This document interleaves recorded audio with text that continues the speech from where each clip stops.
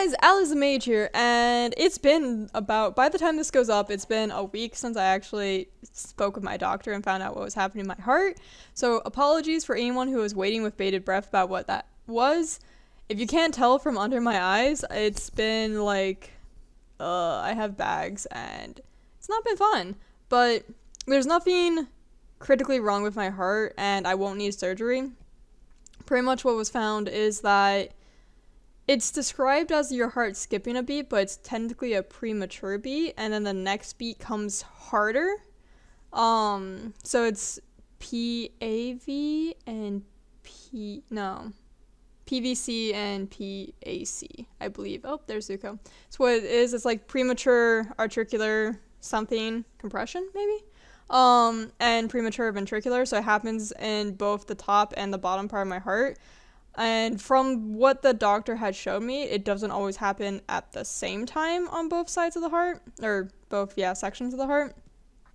So one of the things, like, she didn't give me much more information than that, besides the fact that because I am so thin and have zero muscle, basically, after I stopped playing softball, there's a good chance that I can feel I can just feel it stronger than other people, and that I can then experience the side effects more. Or it could be that because of my previous surgery, I could have more side effects associated with it. Usually it's something that, like, you feel a bit of a flutter in your heart and you're just like, oh, my heart skipped a beat. And then you don't feel anything else.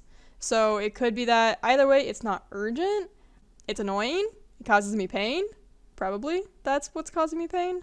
But it's not like the end of the world.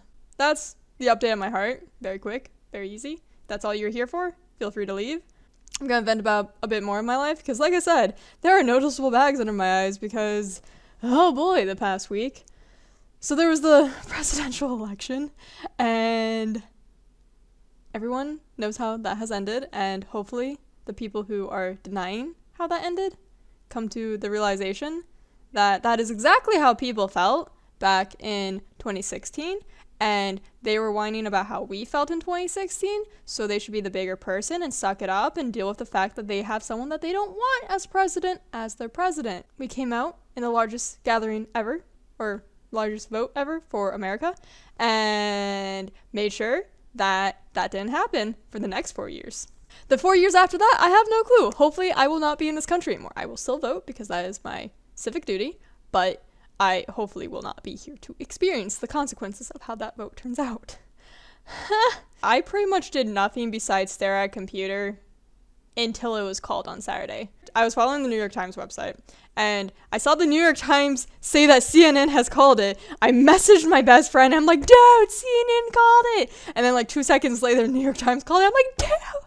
That was an election, and I am glad that the vote counting part is kind of over. I mean, there's going to be recounts, but I'm pretty sure the recounts are useless depending on how Arizona and Nevada turn out.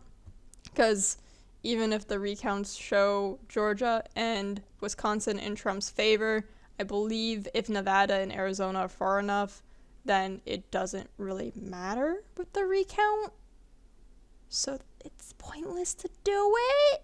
And I know there's the entire argument of like, voter fraud in these other states. And it's like, if that happened, Mitch McConnell would not be here anymore. Let's just say that. That's how up to Saturday went. And then I was like, oh, I'll be nice and productive on Monday, which is my first technical working day again, because I try not to work on the weekends. So I have a grant proposal that I'm writing for my research that I want to submit as soon as possible. The submissions opened on October 22nd, I believe. Today is November 10th. I had hoped to have submitted it by now. There's no deadline because I'm only applying for a small grant. It's anything under 500,000 is considered small. And I'm like, but yeah, so I've been writing that. I was working a lot yesterday up until about like 5:30ish. I ate dinner and then I started working. I ended up working on my grant until 9:30, but around like 6 or 7, I got the feedback that my fellowship application to Microsoft was denied, and that made me really sad. Now I've been a sad, sad boy since then. For anyone confused about me saying sad, sad boy, that's just like a meme. But yeah, so that was the fun time of last night, and since last night, I have been somewhat down. It's Tuesday, by the way, I'm recording this. It's going to go up tomorrow on Wednesday. But yeah, so that was really disappointing to me because I haven't gotten any recognition really for the research that I'm trying to do, like what I want to be my dissertation. I haven't gotten any validation of high caliber about it. It's pretty much, I feel like a failure because I can't win anything for myself. Like, I can't get internships. Like, I've never had an internship, which is somewhat embarrassing being a second-year PhD student and being in academia for 6 years now. I've never gotten an internship. Every application I've ever submitted, except for to, like, pizza places in Old Navy and Kohl's, got accepted to Kohl's to work there.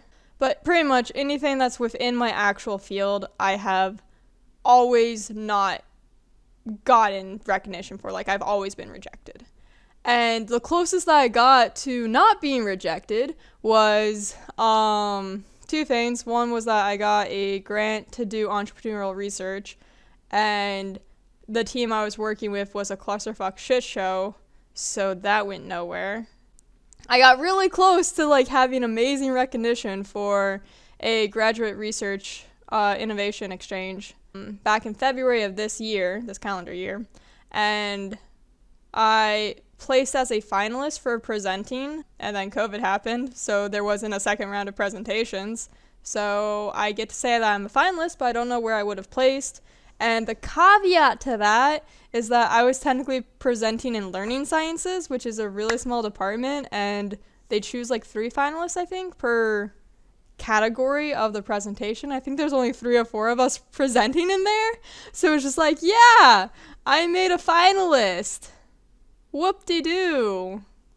It's hard receiving the rejection and makes me question the impact of my research and the validity of it, and that's unfortunate because I'm seeing results. Like, I'm able to collect pilot data and I'm able to process it. I hadn't been able to do that before I submitted the Microsoft fellowship, so unfortunately none of that was in my proposal. And because this year has been like insanely busy for anyone who has children, which my advisor does, she has 4 children that are relatively young. So it's kind of like, it's difficult to get her attention and feedback on items, so she never had a chance to look over my fellowship application, because it's like, well, what if I had been able to get feedback on my fellowship application? Because literally no one reviewed it. Like, no one of a professional caliber reviewed it. I think at most 1 or 2 of my friends read it over. Part of me is just like, well, what would have happened if someone had done that? Like, would it be better?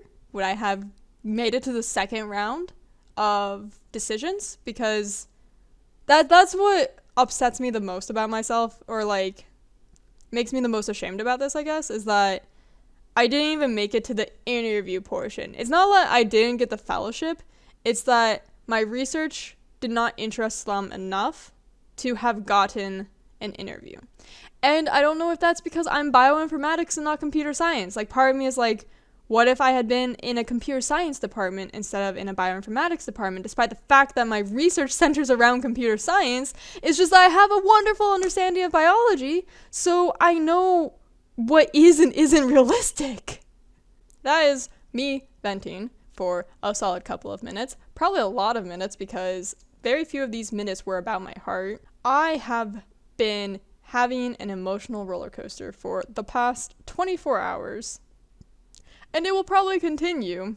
Have a meeting with my advisor tomorrow. I always have a meeting with my advisor on Wednesdays. This isn't like a, what are you doing, Allie? It's like I have a meeting with my advisor tomorrow. Yeah, I get to break the news to her that I didn't get that. And that also scares me because I don't want to disappoint her, because she's a great academic. And like I said, it's just that she's been busy because COVID is a shit show. It's not her fault. So it's just shitty, is what it comes down to. Because I can't blame anyone for my failures, but I also feel like I didn't have the resources that I needed, but I don't think I would have been able to obtain those resources anyways. Like, I don't think it's anyone's fault that I didn't have those resources. So it's like this circular thing of like, oh, this happened because of this, which happened because of this, which happened because of this, which happened because of this. And it's just like, yeah, that goes nowhere. Which doesn't help for resolution whatsoever with the matter. That's how my week's been. How is yours? If you are upset about the election, you're about to yell at me, and you somehow made it this far into the video without doing so already, just take yourself away from my channel. Like, honestly, I don't care. I don't care if you're a subscriber and you unsubscribe. Because guess what? I don't do YouTube to become famous. I do YouTube because I like venting to a camera, I like video editing, and I enjoy just sharing stuff with people. I hope your week is going better than mine. I hope that if it's not going better than mine, that it gets better. And barring that, I hope you can go treat yourself to something that you enjoy.